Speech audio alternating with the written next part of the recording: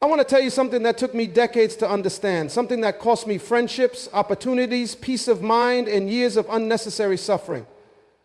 Something so simple that when I finally grasped it, I couldn't believe how much energy I had wasted fighting against it. Here it is. Most of what disturbs you doesn't deserve your reaction. Most of what angers you isn't worth your words. Most of what provokes you is designed to steal your power. And the moment you learn to be calm, stay silent, and let nothing disturb you, everything changes. Your life transforms. Your relationships improve. Your mind clears. Your future opens up. But getting there requires you to unlearn almost everything you were taught about strength, about standing up for yourself, about making your voice heard, because real strength isn't loud. Real power doesn't need to prove itself. And real wisdom knows when silence is the most devastating response you can give. I spent years reacting to everything. Someone said something I didn't like, I had to respond. Someone disrespected me, I had to defend myself. Someone misunderstood me, I had to explain. I thought that's what strong people did. I thought that's how you earned respect. I thought that's how you protected your dignity. I was wrong. All I was doing was giving away my power to anyone who knew how to push my buttons. I was letting other people control my emotions, my energy, my peace. I was dancing like a puppet every time someone pulled a string. And the worst part is, I didn't even realize it. I thought I was being authentic. I thought I was being real. I thought I was refusing to be a pushover. But I was just being reactive. I was just being controlled. I was just being exactly what they wanted me to be. The turning point came when I noticed something about the people I truly respected. The ones who had genuine power, genuine influence, genuine peace. They didn't react to everything. They didn't defend themselves against every criticism. They didn't explain themselves to every person who misunderstood them. They moved through life with this quiet confidence, this unshakable calm, this ability to let things roll off them like water off a duck's back. And I realized that's not weakness. That's mastery. That's the kind of strength that doesn't need to announce itself. That's the kind of power that doesn't need validation from anyone. So I started practicing. I started catching myself before I reacted. I started asking myself a simple question every time something bothered me. Will this matter in a year? Will this matter in a month? Will this matter in a week? And most of the time, the answer was no. Most of the time, what felt so urgent, so important, so necessary to address in that moment was completely insignificant in the bigger picture. Those are the time I was about to waste my energy on something that would be forgotten by tomorrow. And once I saw that pattern, I couldn't unsee it.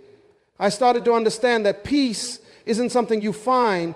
Peace is something you protect. And you protect it by being very selective about what you allow to disturb it. Let me be clear about something. Being calm doesn't mean you don't care. Staying silent doesn't mean you have nothing to say. Letting nothing disturb you doesn't mean you're indifferent to what happens around you. It means you've developed the emotional maturity to distinguish between what deserves your energy and what doesn't.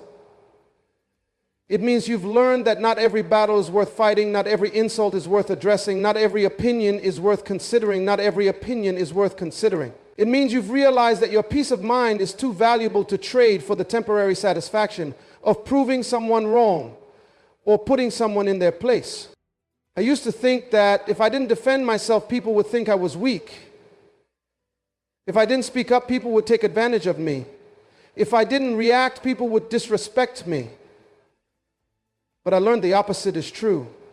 When you stop defending yourself against every petty criticism, people realize their words have no power over you.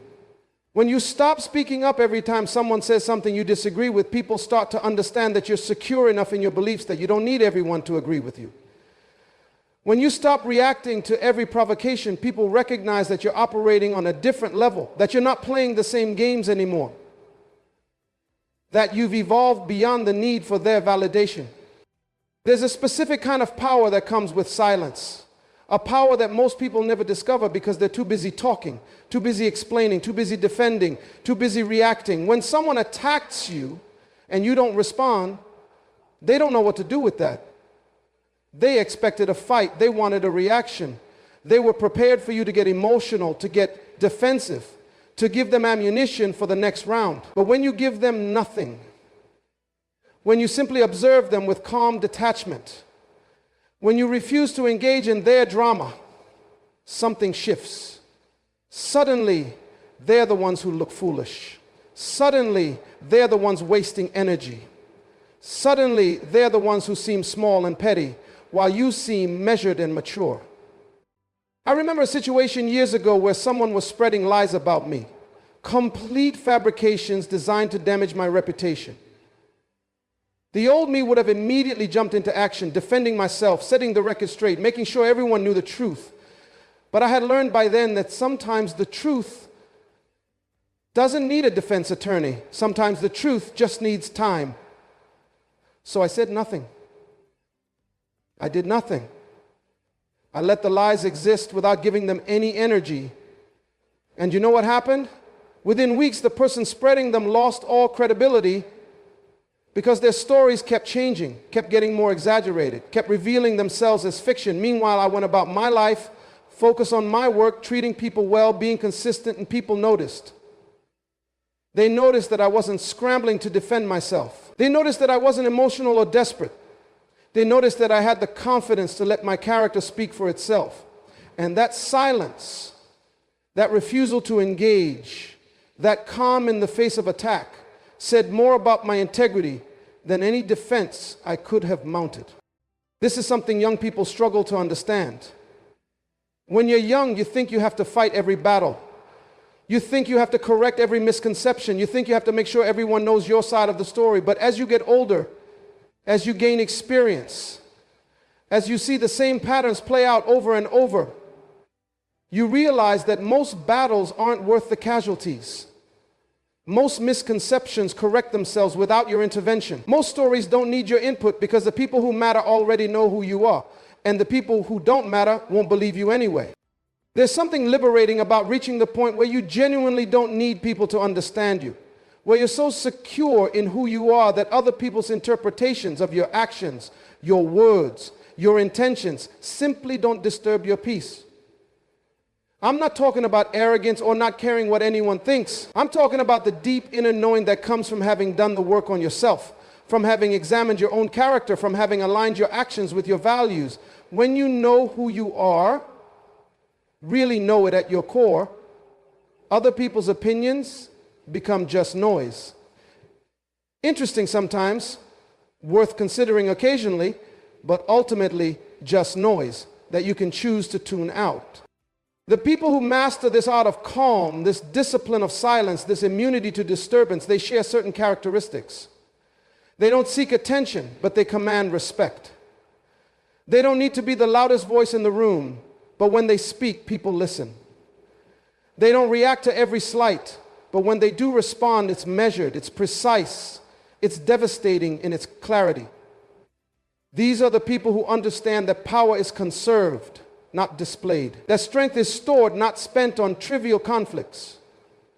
That wisdom whispers while foolishness shouts. I've noticed that the less I react, the more I notice. When you're not busy formulating your response, you can actually observe what's happening. You can see the dynamics at play. You can understand the motivations behind people's actions.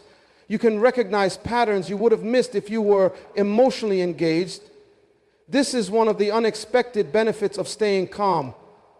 You become more perceptive. You see things others miss because they're too caught up in their emotions, too busy reacting, too invested in their egos need to be right or validated or respected. Think about it. When you're angry, what do you see? You see the thing that angered you. When you're defensive, what do you notice? You notice the attack. When you're hurt, what do you focus on? You focus on your pain. Your emotional state narrows your perception, limits your awareness, traps you in a tunnel vision where all you can see is the thing that disturbed you. But when you're calm, when you refuse to let anything disturb your inner peace, suddenly you have access to a much wider perspective. You can see the bigger picture. You can understand the context. You can recognize that what seemed like a personal attack might just be someone else's pain expressing itself. What felt like disrespect might just be ignorance. What appeared to be malice might just be misunderstanding. This doesn't mean you excuse bad behavior or tolerate mistreatment. It means you respond from a place of clarity rather than emotion.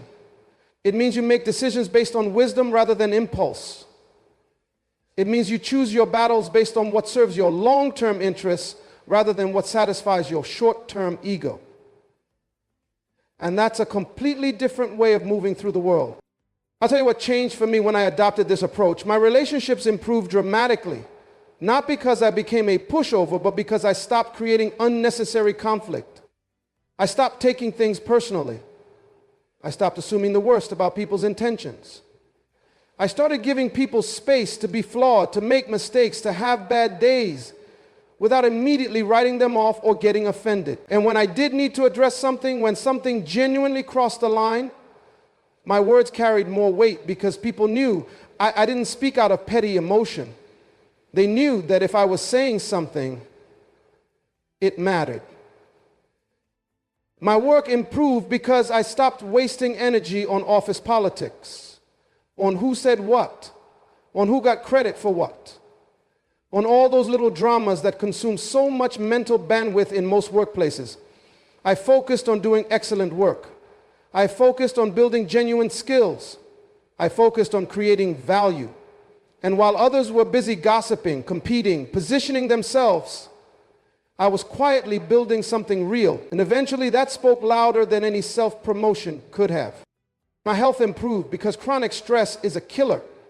And most stress comes from reacting to things that don't deserve your reaction.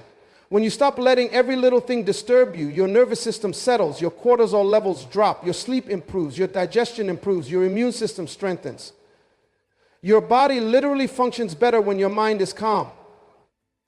This isn't mystical thinking. This is basic physiology.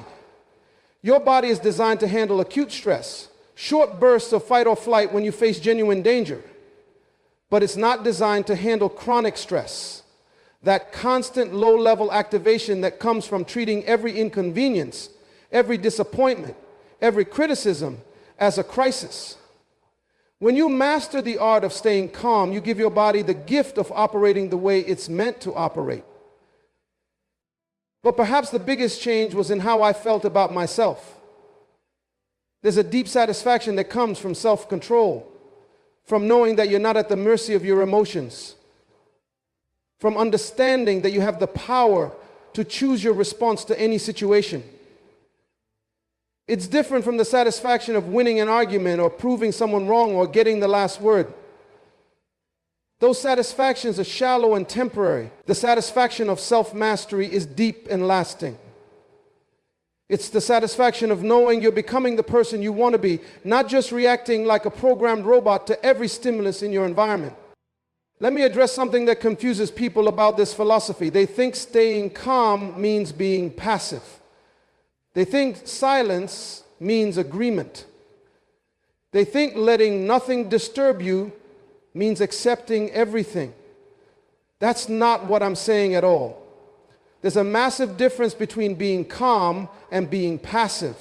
Calm people take action. They just don't take action from a place of emotional reactivity. They assess situations. They consider consequences. They choose strategic responses. Passive people avoid action out of fear or apathy. Calm people delay reaction to choose the most effective action. There's a difference between silence and agreement. Sometimes silence is the most powerful form of disagreement. When someone says something ridiculous and you don't even dignify it with a response, that's not agreement, that's dismissal. That's a statement that their comment wasn't even worth engaging with. That's you maintaining your standards about what deserves your attention. Agreement would be nodding along, validating their perspective, supporting their position. Silence can be a brick wall that their words crash against and fall away from. And there's definitely a difference between letting nothing disturb you and accepting everything. I'm not talking about accepting injustice or tolerating abuse or allowing people to treat you poorly without consequence. I'm talking about maintaining your inner peace while you address whatever needs to be addressed. I'm talking about responding to problems from a place of centered strength rather than scattered emotion. The person who can stay calm while confronting a difficult situation is far more effective than the person who's emotionally dysregulated, saying things they'll regret, making decisions they'll reverse, burning bridges they'll wish they hadn't burned. Think about the people who have real power in this world. I'm not talking about celebrities or social media influencers. I'm talking about people who make significant decisions, who influence outcomes, who shape situations. They don't do it by being the most emotional person in the room. They don't do it by reacting to every provocation.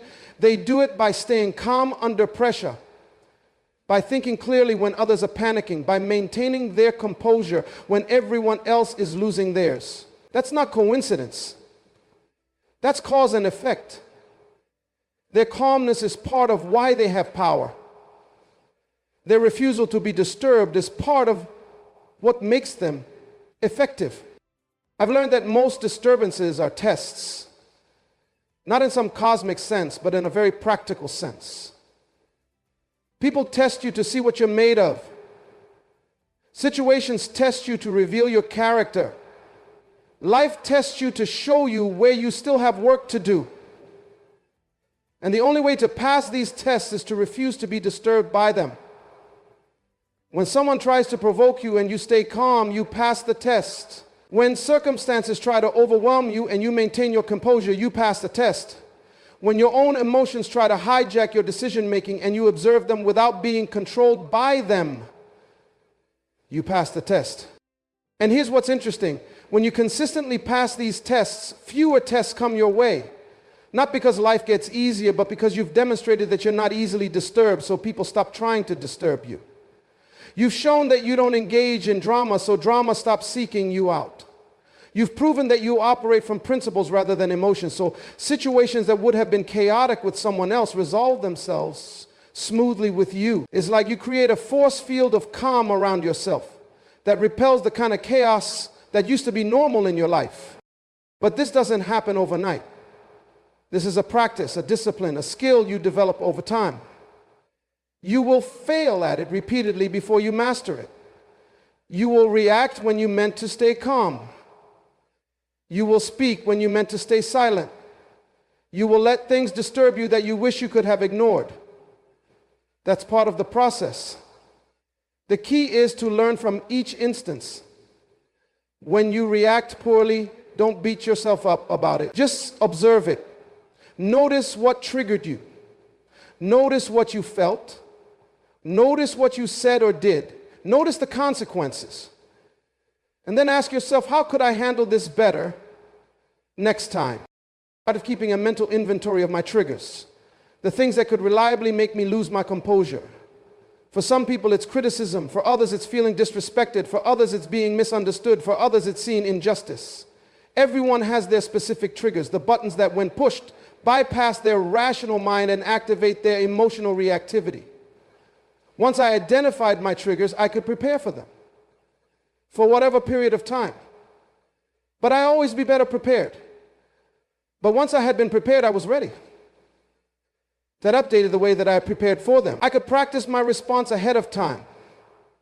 I could develop strategies for staying calm when those buttons got pushed. And over time, those buttons became less sensitive. They still existed, but they required more force to activate. Eventually, some of them stopped working altogether. One of my biggest triggers used to be feeling misunderstood. If I said something and someone interpreted it differently than I intended, I would immediately jump in to clarify, to explain, to make sure they understood what I really meant. I couldn't stand the idea of someone having a wrong impression of my thoughts or intentions. But this made me exhausting to talk to. Every conversation became a negotiation about meaning. I couldn't let anything go.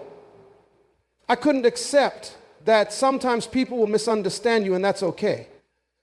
I couldn't relax into the reality that your words belong to others once you speak them, and they're going to interpret them through their own filters, their own experiences, their own biases, and there's nothing you can do about that. Learning to let people be wrong about me was incredibly freeing. I stopped spending so much energy on correction and clarification. I stopped trying to control everyone's perception of me. I accepted that some people will misunderstand me and there's nothing I can do about it, and more importantly, there's nothing I need to do about it. The people who matter will understand me or will ask for clarification if they don't. The people who don't matter can think whatever they want. Their misconceptions are their problem, not mine.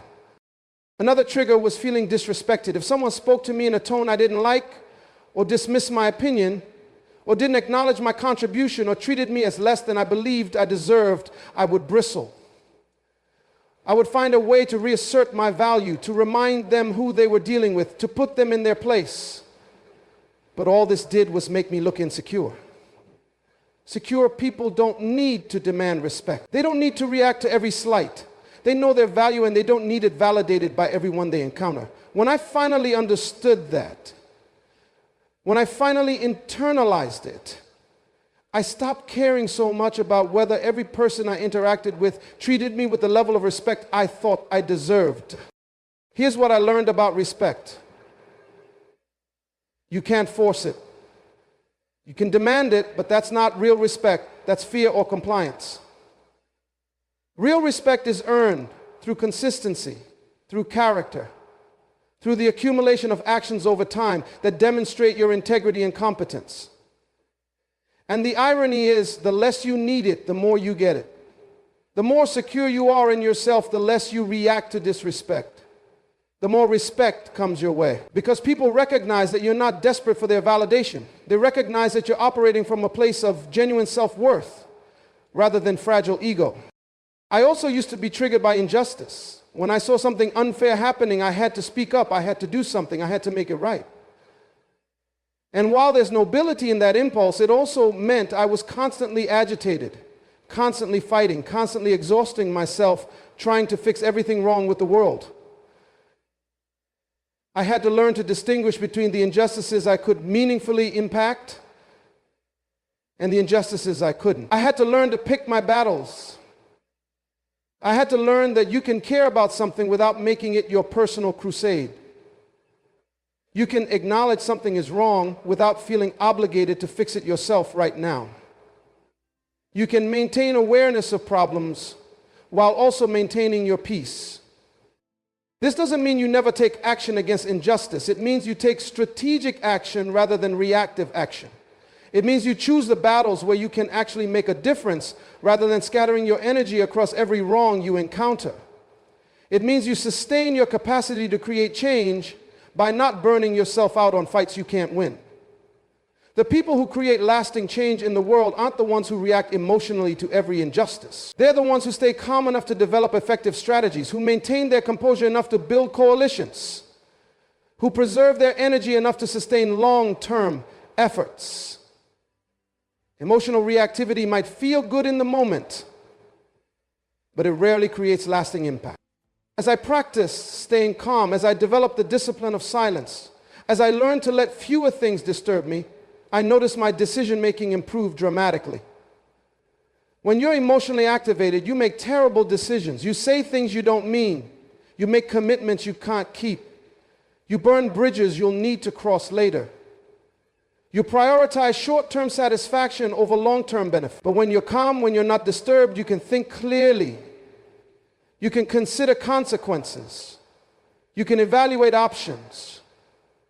You can choose the path that serves your actual interests rather than your momentary emotions. I used to make decisions in the heat of the moment all the time. Someone would make me angry and I'd quit. Someone would disappoint me and I'd cut them off. Something would go wrong and I'd abandon the whole project. I left jobs I should have stayed in. I ended relationships I should have worked on. I gave up on goals I should have persisted with. All because I let my emotions drive my decisions. All because I couldn't stay calm long enough to think things through. All because I let temporary disturbances override my better judgment. Now I have a simple rule. If I'm emotionally activated, I don't make decisions. I wait. I sit with it. I let the emotional wave pass. I give myself time to return to baseline. And then from that place of calm, I consider what action, if any, is appropriate. Sometimes I realize that what felt like a crisis in the moment is actually not that big a deal. Sometimes I recognize that what seemed like an unforgivable offense was actually a misunderstanding or someone having a bad day. Sometimes I understand that what appeared to require immediate action actually requires no action at all. And even when I do need to take action, I take much better action from a place of calm than I ever could from a place of disturbance. This practice has saved me from countless mistakes. It saved relationships that I would have destroyed in a moment of anger. It saved me from career moves I would have regretted. It saved me from purchases I didn't need, from commitments I couldn't fulfill, from promises I couldn't keep. The person I was 10 years ago, reacting to everything, emotionally dysregulated, taking everything personally, that person made so many unnecessary problems for himself. The person I am now, practiced in calm, disciplined in silence, refusing to let most things disturb me, this person navigates life so much more smoothly. And it's not because my circumstances are easier. If anything, my circumstances are more complex now. More responsibility, more pressure, more potential problems. But I'm more capable of handling them because I've developed this capacity for calm. I've built this muscle of non-reactivity. I've trained myself to stay centered regardless of what's happening around me. And that capacity, that muscle, that training, it's more valuable than any external circumstance could be. Let me tell you about silence specifically, because this is something people really misunderstand. They think silence is weakness. They think if you don't speak up, you're letting people walk all over you. They think if you don't defend yourself, you're admitting guilt. They think if you don't engage with criticism, you're conceding the point. None of that is true. Silence is often the strongest possible response. It's the response of someone who doesn't need to prove anything. It's the response of someone who's secure enough to let accusations go unanswered. It's the response of someone who understands that explanations are for people who deserve them. And most people don't. I've watched people talk themselves into trouble so many times. They felt accused, so they defended themselves, but their defense included information that made them look worse. They felt misunderstood, so they explained themselves, but their explanation revealed things they should have kept private. They felt attacked, so they counterattacked, but their counterattack created enemies they didn't need to make. All of this could have been avoided with silence. All of this happened because they couldn't tolerate the discomfort of letting someone think something incorrect about them, even temporarily, even when that person's opinion didn't actually matter.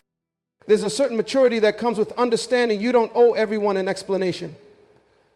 You don't owe everyone access to your thoughts, your reasoning, your justifications. Some people have earned that access through relationship, through trust, through demonstrated wisdom. Most people haven't. Most people are just curious or nosy or looking for ammunition or trying to satisfy their own need to understand things that frankly aren't their business. And you're allowed to keep your business private. You're allowed to let their curiosity go unsatisfied. You're allowed to maintain boundaries around what you share and with whom. I used to be an over-explainer. Someone would ask me why I made a decision and I'd give them a dissertation. Someone would question my choice and I'd justify it with extensive reasoning. Someone would doubt me and I'd prove myself with evidence and arguments. I thought this was being transparent. I thought this was being open. I thought this was building trust. But what it actually was a subtle form of seeking approval. I was trying to get people to agree with my choices. I was trying to get validation that I made the right decision. I was outsourcing my confidence to their judgment. And that meant I was never truly secure in my own choices because I always needed external confirmation. Learning to simply say, that's what I decided, or that's what works for me, without further explanation was powerful. It forced me to be more certain of my choices before I made them, because I knew I wouldn't have the crutch of explaining them away later. It forced me to be more comfortable with people potentially disagreeing with my choices, because I wasn't going to argue them into agreement. It forced me to develop genuine self-trust rather than constantly seeking consensus. And it saved me enormous amounts of energy that I used to spend in endless explanations to people who weren't going to be convinced anyway. Here's a truth that took me too long to learn. Most people aren't listening to understand you. They're listening to respond. They're listening to find the flaw in your argument. They're listening to gather ammunition for their counterpoint. They're listening with their own agenda firmly in place, just waiting for you to finish speaking so they can say what they already decided to say before you even open your mouth. And once you realize this, you realize that most explanations are wasted breath. Most justifications fall on ears that aren't actually open to being persuaded. Most attempts to make people understand are attempts to change minds that have no intention of being changed. So why waste your words? Why spend your energy? Why disturb your peace by engaging in conversations that aren't actually conversations but just parallel monologues where nobody's really communicating?